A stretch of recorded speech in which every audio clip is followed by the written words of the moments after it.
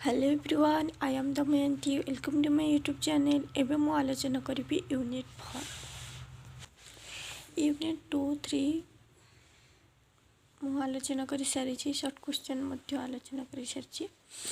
लंब क्वेश्चन आलोचना करी। क्वेश्चन नंबर 1, चंपूर संज्ञा और स्वरूप विश्लेषण कर। मु केवल इम्पोर्टाट लंब क्वेश्चन गुड़िक आलोचना करी। समस्त भारतीय साहित्य चंपू काव्यर स्वतंत्र बारी हो पड़े। गद्य और पद्य समन्वय चंपू रचित। ये सर्ट क्वेश्चन में पड़े चंपू किपर रचित ना गद्य और पद्य को समन्वय चंपू रचित। अर्थात गद्य पद्यमय काव्यम चंपू रीत्य भिदीयते। काव्य दुई प्रकार, गोटे है दृश्य काव्य, अन्यटी श्राव्य काव्य। चंपू शब्दर व्युत्पत्तिगत अर्थ है चोरा दिगणीय चपी धातुरे उ प्रत्यय लगाई चंपूयति इति चंपू बोली कहुଯାଇଛି। अर्थात सहृदय मानवଙ୍କୁ चमत्कृत विस्मय एवं आनंद दान करिवार क्षमता चंपू काव्य अच्छी। माने सहृदय व्यक्ति, जो व्यक्ति मनरे किछि कुटिलता न थाए, सही व्यक्ति ज्ञानी गुणी व्यक्ति जे गोटे काव्य को पढ़िले बुझी पारिबो किछि, से व्यक्ति को जो काव्य आनंद दे थाए ताकू ही आम चंपू काव्य बोली कही था। आचार्य दंडी मतरे मिश्राणी नाटकादीनि निशाणी नाटकादीनि नीते शतन्यंत्र विस्तर गद्य पद्यमयी कांचिक पूरित विद्यते।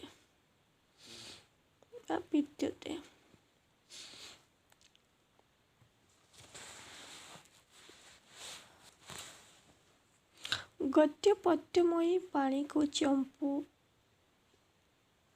चंपू को चंपू नाम आख्या दिया जाए, आख्यायित करा जाए। पॉइंट नंबर 1, संस्कृत साहित्य चंपू किपरि थिला देखिबा।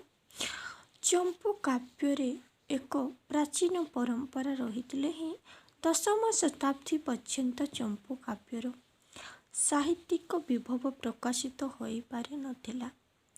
अवश्य 17वीं शताब्दी रे दंडी चंपू काव्य रचना करथिले, तथापि यह सेतेबेले लोकप्रियता हासिल करि पारि नथिला। संस्कृत साहित्य रे रचित अधिकांश चंपूर कथावस्तु पौराणिक महाभारत रामायण भागवत आदि कथावस्तु चंपू काव्य गुड़िकर मुख्य विषय वस्तु। नल चंपू, भागवत चंपू, गोपाल चंपू, द्रौपदी चंपू इत्यादि एहार प्रकृष्ट उदाहरण। नल चंपूरे सरज सुंदर प्रसाद गुणयुक्त श्लेषपूर्ण और नल दमयंती कहानी प्रकाशित होइछि। यशस्वी लोक चंपूरे जैनिक सिद्धांत लक्षण अनुसार अवंतीर राजा यशोधरଙ୍କ चरित्र वर्णना करा जाइछि। रामायण चंपूरे रामायण कथा वर्णना करा जाइछि। नेक्स्ट, ओडिशा रे सांस्कृतिक चंपू संस्कृत चंपू। ओडिया साहित्य चंपूर रचित हेबा पूर्वर ओडिशार पंडित माने संस्कृत साहित्य रे चंपू रचना करने को विशेष आग्रह प्रकाश करथिले। सेगुड़िक मध्यरु गुंडीचा चंपू, एहार लेखक चक्रपाणी पट्टनायक, भगवान रथंक रचित मृगया चंपू, वासुदेव रथंक रचित गंगा वंशानुचरित चंपू, ବାନାମ୍ବର ଆଚାର୍ଯ୍ୟଙ୍କ ଦ୍ୱାରା ରଚିତ ଭଞ୍ଜ ମହୋଦୟ ଚମ୍ପୁ, ଚକ୍ରପାଣି ଦାସଙ୍କ ସଂକଳିତ ରାମାୟଣୀୟ ରତ୍ନ ଶତକମ୍ ଚମ୍ପୁ, ଆଚାର୍ଯ୍ୟଙ୍କ ରଚିତ ଚନ୍ଦନ ଯାତ୍ରା ଚମ୍ପୁ, ସଦାଶିବ ମିଶ୍ରଙ୍କ ପ୍ରଣୀତ ଚନ୍ଦନ ଚମ୍ପୁ, ପ୍ରେମ ସାଗରଙ୍କ ଚମ୍ପୁ, ସୁଦର୍ଶନ ମିଶ୍ର ନ୍ୟାୟରତ୍ନଙ୍କ ପରିଣୟ ଚମ୍ପୁ, ତରଙ୍ଗିନୀ ଚମ୍ପୁ, ରାଜ ବିଶ୍ୱନାଥ ଦେବଙ୍କ କାଳିଆ ଚମ୍ପୁ ଇତ୍ୟାଦି। ନେକ୍ସଟ, ଓଡ଼ିଶାରେ ଓଡ଼ିଆ ଭାଷାରେ ଚମ୍ପୁ ଲିଖିତ ହେବା ବହୁ ପୂର୍ବରୁ ସଂସ୍କୃତ ଭାଷାରେ ଚମ୍ପୁ ରଚିତ ହେବା ମୂଳଦୁଆ ପଡ଼ି ସାରିଲା। ନେକ୍ସଟ, ଓଡ଼ିଆ ସାହିତ୍ୟରେ ରୀତିଯୁଗ। ଷୋଡ଼ଶ ଶତାବ୍ଦୀରେ ଏହି ରୀତିବାଦର ସାହିତ୍ୟରେ ମୂଳଦୁଆ ପକାଇ ସାରିଥିଲେ ହିଁ ଅଷ୍ଟାଦଶ ଶତାବ୍ଦୀରେ ଏହା ଓଡ଼ିଆ ସାହିତ୍ୟରେ ଯଥାର୍ଥ ସମ୍ମାନ ପାଇସାରିଥିଲା। ରୀତିଯୁଗର ସମୟ ସୀମାକୁ 3 ଭାଗରେ ବିଭକ୍ତ କରାଯାଇଛି। ଅର୍ଜୁନ ଦାସଙ୍କ ରାମବିଭା କଳ୍ପଲତାରୁ ଧନଞ୍ଜୟ ଭଞ୍ଜଙ୍କ ସମୟକୁ ପ୍ରାକ୍ ରୀତିଯୁଗ ଓ ଧନଞ୍ଜୟ ଭଞ୍ଜଙ୍କ ଠାରୁ କବିସୂର୍ଯ୍ୟ ପର୍ଯ୍ୟନ୍ତ ରୀତିଯୁଗ ଓ ଗୋପାଳକୃଷ୍ଣ କବିସୂର୍ଯ୍ୟ ଯଦୁମଣି ପ୍ରଭୃତି ସ୍ରଷ୍ଟାଙ୍କ ସମୟ ସୀମାକୁ ରୀତିଯୁଗ ବା କଲ୍ଲୋଳ ଯୁଗ ନାମରେ ନାମିତ କରିଛନ୍ତି।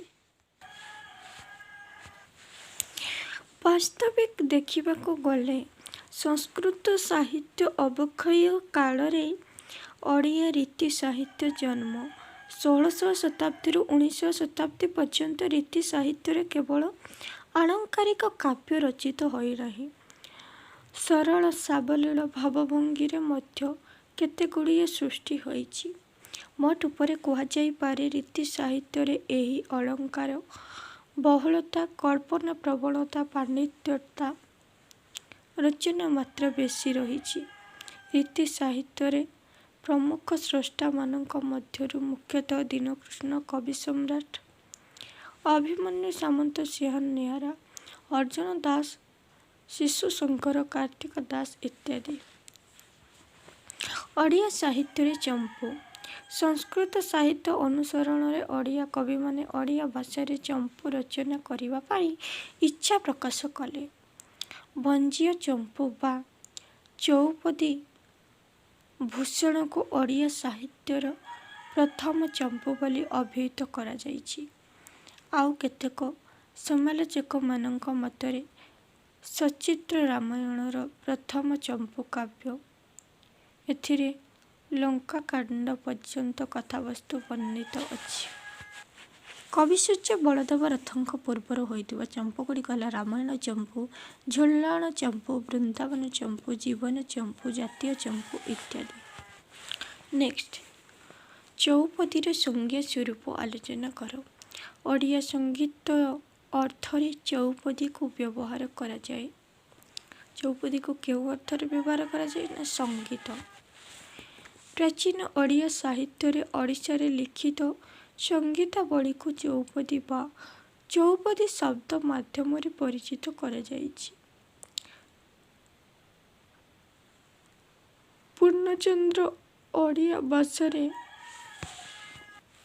ଗୋପାଳଚନ୍ଦ୍ର ପ୍ରହରାଜ ଲେଖିଛନ୍ତି ଚୌପଦୀ 4 ଓ କ୍ୱଚିତ୍ ତତୋଧିକ ପଦ ବିଶିଷ୍ଟ ସଙ୍ଗୀତ ବା କବିତା। ଚୌପଦୀ କ'ଣ ନା 4 ପଦ ବିଶିଷ୍ଟ କବିତାକୁ ଆମେ ଚୌପଦୀ କହିଥାଉ। ଏହି ଚତୁଷ୍ପଦୀ ବା ପଦ୍ୟ ରୂପେ ଅଭିହିତ ହୋଇଥାଏ। ଏହା ହିନ୍ଦୀ ଭାଷାରେ ଚୌପାଧ, ଚୌପୋଆ ଗୀତ ପ୍ରଚଳିତ। ଏହା କେବଳ 4 ପାଦ ବିଶିଷ୍ଟ ପଦକୁ ନ ବୁଝାଇ ଏକ ପ୍ରକାରର ନିର୍ଦ୍ଦିଷ୍ଟ ବୃତ୍ତରେ ଲିଖିତ କରିବାକୁ ବୁଝାଏ। ଓଡ଼ିଆ ଭାଷାରେ ଚୌପଦୀ ଗୁଡ଼ିକ ସୃଷ୍ଟି କେବେ ଆରମ୍ଭ ହୋଇଥିଲା ତାର ସ୍ପଷ୍ଟ ପ୍ରମାଣ ନଥିଲେ ହିଁ ଏହାକୁ ଚଉଦିଶାର ଗୋଟିଏ ବିଭାଗ ରୂପେ କେତେକ ଆଲୋଚକ ମତ ଦେଇଛନ୍ତି। ଚଉପଦୀ ପ୍ରାଚୀନ ଓଡ଼ିଆ ପଦ୍ୟ ରଚନାର ଏକ ଆଙ୍ଗିକ ରୂପେ ସ୍ୱୀକୃତ। ଏଭଳି ରଚନାର ବିଶେଷତ୍ୱ ହେଉଛି ଏହା ସାଧାରଣତଃ 4 ପାଦରେ ଏକ ପଦ ହୋଇଥାଏ। ସଙ୍ଗୀତଟି ଯେକୌଣସି ଛନ୍ଦ ଭିତରୁ ଆଶ୍ରୟ କଲେ ମଧ୍ୟ ଏଥିରେ ଗୋଟିଏ ପଦରେ 4ଟି ପାଦ ଥାଏ। ଶାଲବେଗଙ୍କ ଏକ ଚଉପଦୀକୁ ଉଦାହରଣ ରୂପେ ନିଆଯାଇପାରେ। କୋଟିରେ କଙ୍କିଣ ପ୍ରଭୁ ହସ୍ତେ ରତ୍ନମୋତି, କୋଟି ତୋତେ ଶୋଭା ଦିଶେ ପୀତାମ୍ବର ଖଦି। ଏହି ଉଦାହରଣରେ 2ଟି ମାତ୍ର ପଦ ରହିଥିଲେ ହେଁ ଏହାକୁ ଚଉପଦୀ ଆଖ୍ୟା ଦିଆଯାଇଛି। ଚଉପଦୀର ପ୍ରକାରଭେଦ। କୃଷ୍ଣଲୀଳା ଚଉପଦୀ। ବୈଷ୍ଣବ କବିଗଣ ରାଧା ଓ କୃଷ୍ଣ ସଖୀ କୈନ୍ଦ୍ରିକ ବହୁ ଗୀତି କବିତା ରଚନା କରିଛନ୍ତି। ବଙ୍ଗଳାରେ ଏହି ବୈଷ୍ଣବ ଗୀତି କବିତାକୁ ପଦାବଳୀ କୁହାଯାଏ। ଏହି ହେତୁ କେତେକ ଓଡ଼ିଆ କବି ସେମାନଙ୍କର କବିତା ସଂକଳନକୁ ପଦାବଳୀ ନାମରେ ଦେଇଛନ୍ତି। କେହି କେହି ଏହାକୁ ତ୍ରୁଟିପୂର୍ଣ୍ଣ ଭାବେ ପଦ୍ୟାବଳୀ ଲେଖିଛନ୍ତି। ଏହି ରୂପରେ ପଦ ଓ ପଦାକୁ ବୁଝି ହେବ। ବୈଷ୍ଣବ ଗୀତି କବିତା ଗୁଡ଼ିକୁ 4 ଭାଗରେ ବିଭକ୍ତ କରାଯାଇଛି। ପୂର୍ବ ରାଗ, ମାନ, ପ୍ରେମ ବୈଚିତ୍ର୍ୟ, ପ୍ରବାସ, ନାୟକ ଓ ନାୟିକାଙ୍କ ମିଳନ ପୂର୍ବରୁ ପରସ୍ପର ଦର୍ଶନ ରୂପ ଗୁଣ ଆଦି ଶ୍ରବଣ ଦ୍ୱାରା ଅନୁରାଗ ସୃଷ୍ଟି ହୋଇ ପରସ୍ପର ହୃଦୟକୁ ଉନ୍ମୀଳିତ କରିଥାଏ। ପ୍ରଣୟ ସହିତ ମାନ ଜଡ଼ିତ ଥାଏ। ରାଧାଙ୍କ ମାନଭଞ୍ଜନ ପାଇଁ କୃଷ୍ଣ ବହୁ ଚାଟୁକ୍ତି କରିଛନ୍ତି। ସାଧାରଣତଃ ନାୟକ ଓ ନାୟିକା ଏକତ୍ର ଥାଇ ସୁଦ୍ଧା ପରସ୍ପର ମଧ୍ୟରେ ଦର୍ଶନ ଓ ଆଲିଙ୍ଗନାଦି ନିରର୍ଥକ ଅବସ୍ଥାକୁ ମାନ କୁହାଯାଏ। କହ୍ନାଇଙ୍କ ନରେଶ ବନ୍ଦନା, ବିରସହନା, କାହ୍ନୁଚରଣଙ୍କ ବନ୍ଧୁ ଏକି ମାନରେ, ଘନଶ୍ୟାମଙ୍କରଙ୍କର ଶିବରିପୁଙ୍କ ଜନକ ଧରନ୍ତି କର, ଦଶପଲ୍ଲା ନରେଶଙ୍କ ଚାହା ଜୀବେଶ୍ୱରୀ ଲୋ ଇତ୍ୟାଦି ଚଉପଦୀକୁ ମାନପ୍ରଧାନ ଚଉପଦୀ ଅଟେ। ନାୟକ ନାୟିକା ତୀବ୍ର ଅନୁରାଗ ବଶତଃ ଯେତେବେଳେ ଆକ୍ଷେପ କରନ୍ତି ବୈଷ୍ଣବ ଗୀତିକାରେ ତାହାକୁ ପ୍ରେମ ଚଉପଦୀ କୁହାଯାଏ। ସାଧାରଣତଃ ରାଧାକୃଷ୍ଣ ପ୍ରେମ ଜନିତ ଆକ୍ଷେପକୁ ବୁଝାଏ। ଏହି କ୍ଷେତ୍ରରେ ପୁଣି କୃଷ୍ଣ ପ୍ରତି, ମୁରଲୀ ପ୍ରତି, ନିଜ ପ୍ରତି, ସଖୀ ପ୍ରତି, ବିଧାତା ପ୍ରତି, ଗୁରୁଜନଙ୍କ ପ୍ରତି ହୋଇପାରେ। କାର୍ଯ୍ୟ ଉପଲକ୍ଷେ ଶ୍ରୀକୃଷ୍ଣ ଅନ୍ୟତ୍ର ଗମନ କରିବାରୁ ରାଧାଙ୍କ ମନରେ ସୃଷ୍ଟି ହୋଇଥିବା ବିରହକୁ କେନ୍ଦ୍ର କରି ବହୁ ବୈଷ୍ଣବ ଚଉପଦୀ ରଚିତ। ସାଧାରଣତଃ କୃଷ୍ଣଙ୍କର କାଳିୟ ଦଳନ, ଗୋଚାରଣ, ରାସଲୀଳା ଉଦ୍ଦେଶ୍ୟରେ ଅନ୍ତର୍ଦ୍ଧାନ, ମଥୁରା ଗମନ ଆଦି କାରଣରୁ ପ୍ରବାସ ଜନିତ ବିରହରେ ରାଧାଙ୍କ ମର୍ମବ୍ୟଥା ବହୁ ଚଉପଦୀରେ ବର୍ଣ୍ଣିତ। ନେକ୍ସଟ, ମାନବିକ ବା ଲୌକିକ ପ୍ରୀତିମୂଳକ ଚଉପଦୀ।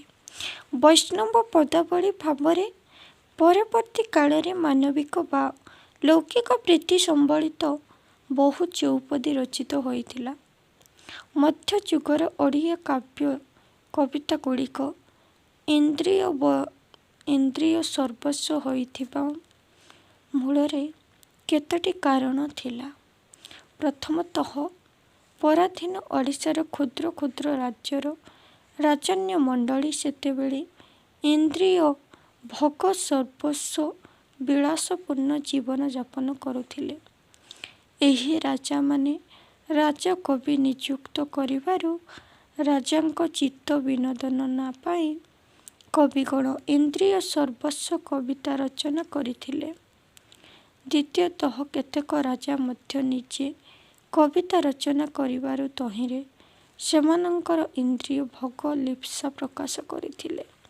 ତୃତୀୟତଃ କେତେକ କବି ରାଧାକୃଷ୍ଣ ବା ରାମ ସୀତାଙ୍କ ଉଦ୍ଦେଶ୍ୟରେ କବିତା ରଚନା କରିବାକୁ ଯାଇ ତହିଁରେ ଆପଣାର ଇନ୍ଦ୍ରିୟ ଭୋଗ ଲିପ୍ସାର ଚରିତାର୍ଥ ପାଇଁ କବିତାକୁ ଶୃଙ୍ଖାର ଧର୍ମୀ କରିଥାନ୍ତି। ରାଜା ଓ କବି ଧନଞ୍ଜୟ ଚଉପଦୀ ଭୂଷଣରେ 34ଟି ଚଉପଦୀ ସ୍ଥାନ ଲାଭ କରିଛି। 34ର ନିୟମରେ ଏହା ରଚିତ। କବି ସମ୍ରାଟ ଉପେନ୍ଦ୍ର ଭଞ୍ଜ, କୁଞ୍ଜ ବିହାରୀ, କୃଷ୍ଣ ସିଂହ, ପୁରୁଷୋତ୍ତମ ଅନଙ୍ଗ, ଭୀମ ରାମଚନ୍ଦ୍ର ଦେଓ ପ୍ରମୁଖ କବିଗଣ ଏତାଦୃଶ ଲୌକିକ ପ୍ରୀତିମୂଳକ ଚଉପଦୀମାନ ରଚନା କରିଛନ୍ତି। କ୍ୱେଶ୍ଚିନ୍ ନମ୍ବର 5 ପ୍ରାଚୀନ ଭାରତୀୟ ସାହିତ୍ୟରେ ଚଉତିଶା ବିଷୟରେ ଆଲୋଚନା କର। ଆନୁକ୍ରମିକ ଭାବେ ଚଉତିଶା ବା 34 ଗୋଟି ବ୍ୟଞ୍ଜନ ବର୍ଣ୍ଣକୁ ବ୍ୟବହାର କରି ଗୀତି ରଚନା କରିବାର ଉତ୍ତର ଭାରତୀୟ ସାହିତ୍ୟରେ ଏକ ବହୁ ପ୍ରାଚୀନ ରୀତି। ଏହାର ମୂଳ ରୂପ ସଂସ୍କୃତ ସାହିତ୍ୟରେ ପରିଲକ୍ଷିତ ହୁଏ। ବିଶେଷତଃ ଯନ୍ତ୍ରଶାସ୍ତ୍ରରେ ଅ ଠାରୁ କ୍ଷ ପର୍ଯ୍ୟନ୍ତ 50 ଗୋଟି ବର୍ଣ୍ଣକୁ ଯଥାକ୍ରମେ ଆଦ୍ୟ ଚରଣରେ ବ୍ୟବହାର କରି ସ୍ତୁତି ଗୀତ ରଚିତ ହୋଇଛି। ଏହି 50 ଗୋଟି ବର୍ଣ୍ଣନାମୂଳକ ମାତୃକା ବର୍ଣ୍ଣ କୁହାଯାଏ। ଏତାଦୃଶ ସ୍ତୁତି ଦ୍ୱାରା ବାଗ୍ଦେବୀ ଆଶୁତୁଷ୍ଟ ହୁଅନ୍ତି ବୋଲି ବର୍ଣ୍ଣିତ ହୋଇଛି ଓ ଦେବୀଙ୍କୁ ସକଳ ଲିପିମୟୀ ଅଥବା ବର୍ଣ୍ଣମୟୀ ବୋଲି ଅଭିହିତ କରାଯାଇଛି। ପ୍ରାକୃତ ସାହିତ୍ୟରେ ମଧ୍ୟ ବର୍ଣ୍ଣନାମୂଳକ ପଦ୍ୟ ରଚନା ପରିଲକ୍ଷିତ ହୁଏ। ସରହପାଦଙ୍କ ଦୋହା ତାହାର ପ୍ରକୃଷ୍ଟ ଉଦାହରଣ। ହିନ୍ଦୀ ସାହିତ୍ୟରେ ଏହି ଧରଣର ରଚନାକୁ ଚୌତିଙ୍ଗା କୁହାଯାଏ।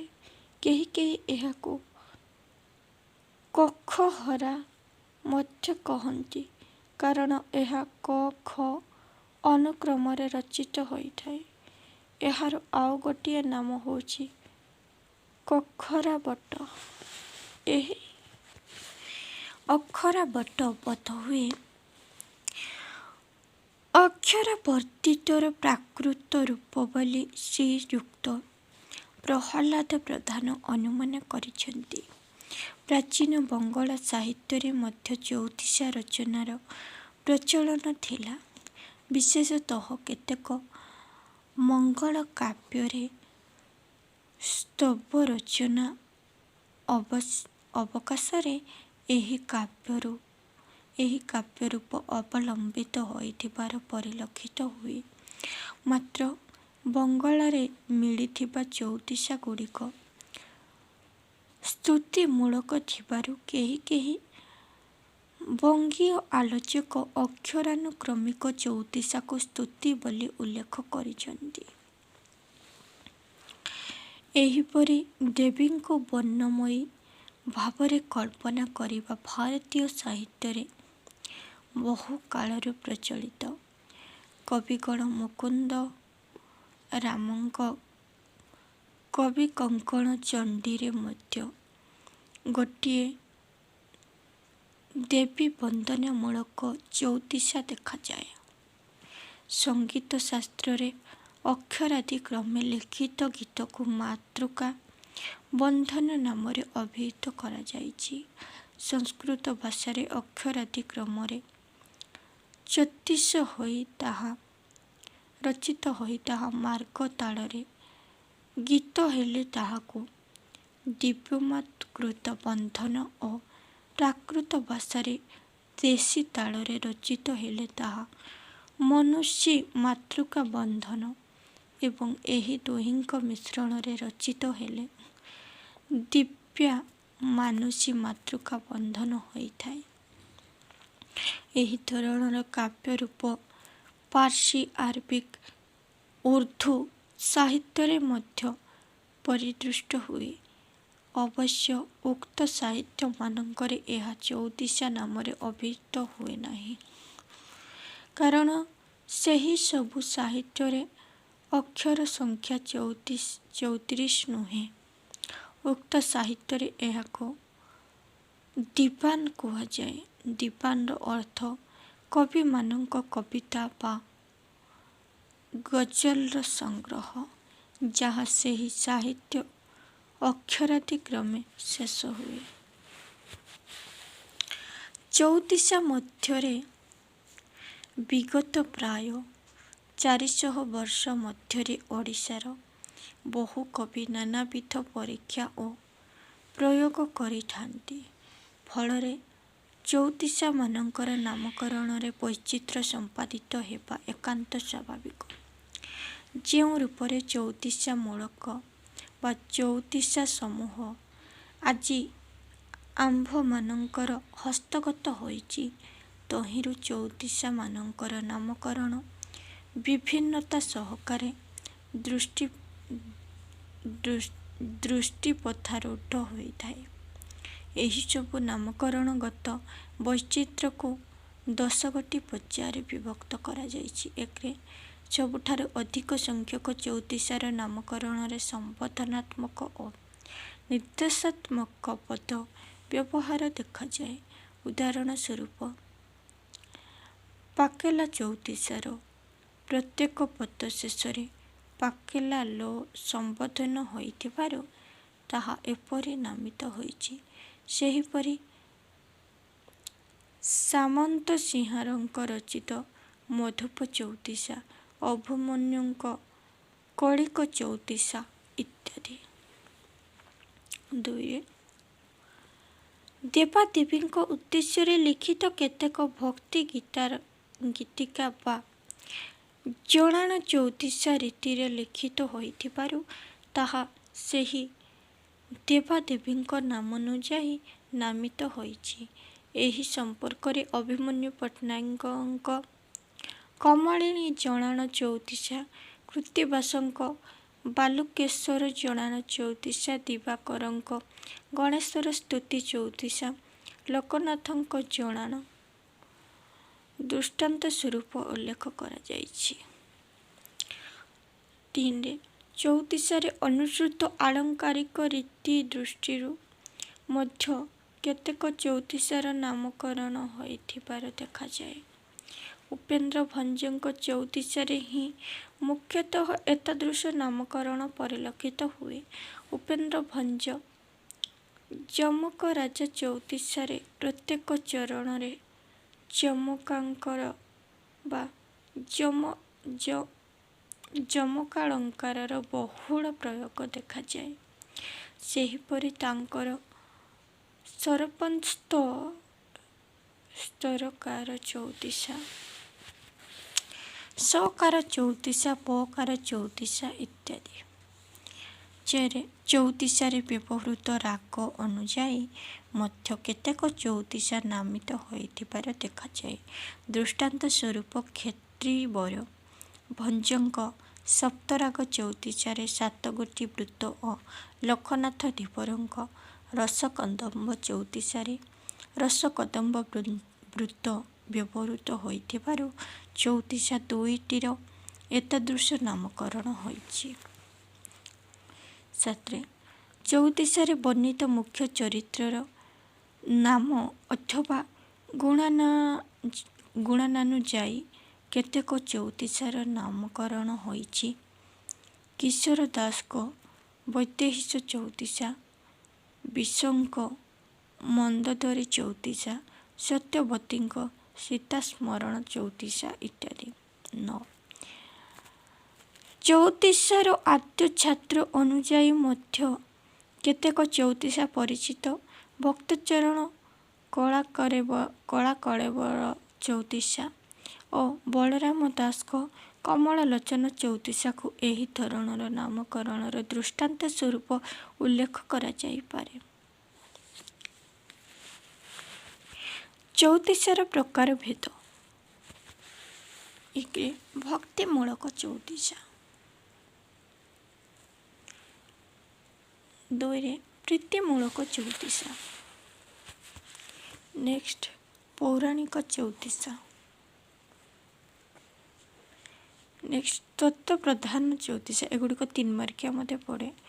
ତତ୍ତ୍ୱମୂଳକ ପ୍ରଧାନ 34 କ'ଣ, ଭକ୍ତିମୂଳକ 34 କ'ଣ, ବିଧିବଦ୍ଧ 34। क्वेश्चन नंबर 9, भजन संबंधରେ ବିଶଦ ବିବରଣୀ ପ୍ରଦାନ କର। ଭଜନର ଶବ୍ଦଟିର ସାଧାରଣ ଅର୍ଥ ହେଉଛି ଈଶ୍ୱରଙ୍କୁ ଭଜିବା। ଏହି ଶବ୍ଦଟି ସଂସ୍କୃତ ଭଜ ଧାତୁରୁ ନିଷ୍ପନ୍ନ। ଭଜ ଧାତୁର ଅର୍ଥ ହେଲା ପୂଜା, ଅର୍ଚ୍ଚନା, ଉପାସନା କିମ୍ବା ଆରାଧନା। ଭଜ ଧାତୁରେ ଅନ୍ ପ୍ରତ୍ୟୟ ଯୁକ୍ତ ହୋଇ ଭଜନ ଶବ୍ଦ ଗଠିତ।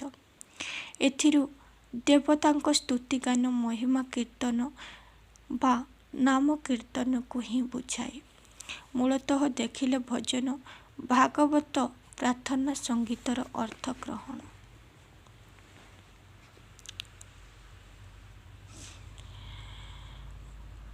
ଏଥିରେ ଉପାସ୍ୟ ଦେବାଦେବୀଙ୍କ ନାମ ରୂପ ଗୁଣ କୀର୍ତ୍ତନ କରାଯାଏ। ବିଭୁ ପଦରେ ଚିତ୍ତ ସମର୍ପଣ କରି ଭଜନ ତୁଷ୍ଟ ହୁଏ। ଏଥିରୁ ସେ ପାଏ ଚରମ ଓ ପରମ ଆନନ୍ଦ।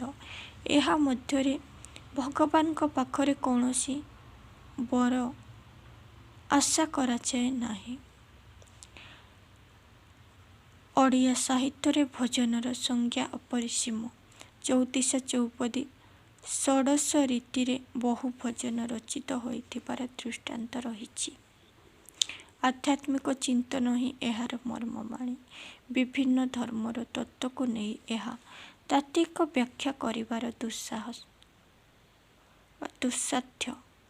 ଏଥିପାଇଁ ଅଧିକାଂଶ ଭଜନରେ ଗୁରୁ କୃପା ବିନା ଏହାର ଅର୍ଥ ବୁଝିବା ପାଇଁ ପରାମର୍ଶ ଦିଆଯାଇପାରେ, ଯଥା ଓଡ଼ିଯିବ ତ ହଂସା ଘର, ଧ୍ୟାଇ ଗୁରୁପାଦ ଆଶ୍ରା କର, ଫିଟିଯିବ ଭବ ଭୟ ତର,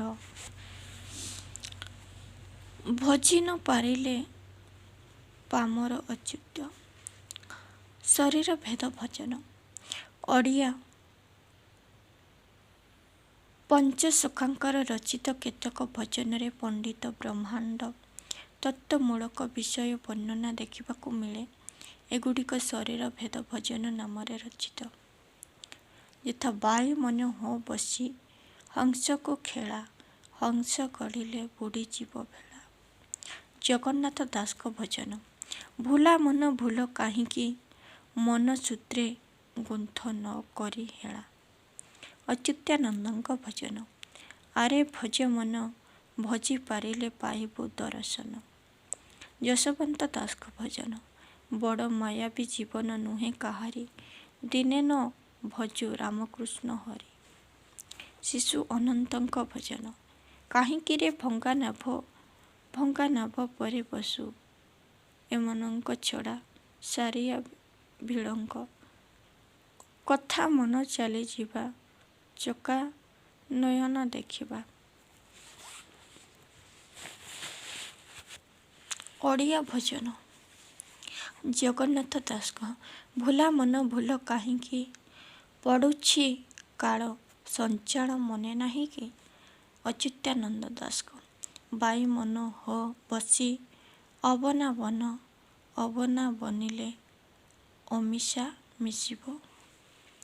ଶିଶୁ ଅନନ୍ତ ଦାସଙ୍କ। ଅବନା ଅକ୍ଷର ଜପ ଯିବି, କୋଟି ଜନ୍ମ ପାପ। ଅସାଧନା ମାର୍ଗେ ରହି, ଅମାପକ ହୃଦେ ମାପ।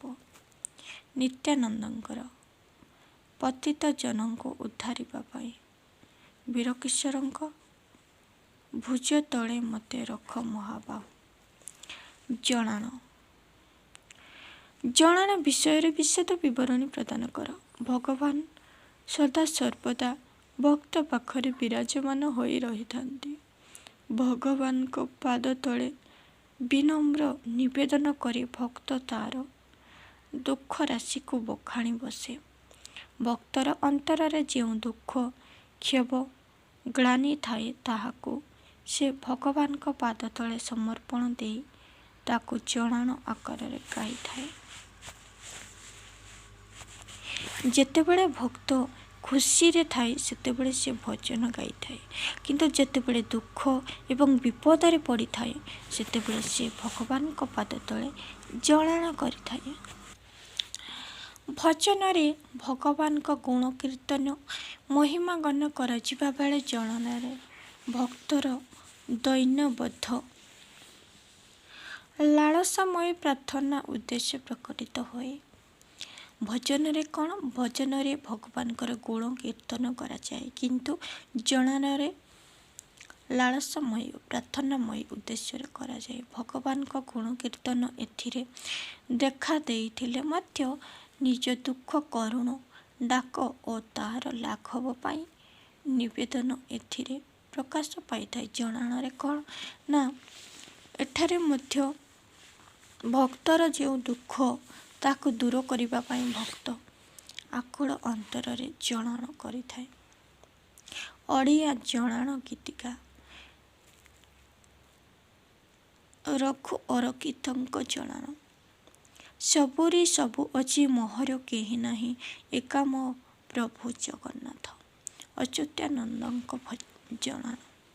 ଦୀନବନ୍ଧୁ ମୋ ଦୁଃଖ ନ ଗଲା ଯେ, କ'ଣ କହୁଛନ୍ତି ନା, ହେ ଦୀନବନ୍ଧୁ ମୋ ଦୁଃଖ କାହିଁକି ଗଲା ନାହିଁ। ସାଲବେଗଙ୍କ ଆହେ ନୀଳ ଶୈଳ ପ୍ରବଣ ମାତ ବାରଣ। ଦୀନକୃଷ୍ଣ ଦାସଙ୍କ ଉଠ ରାମ ପାହିଲା ରଜନୀ, ହେ ରଘୁମଣି।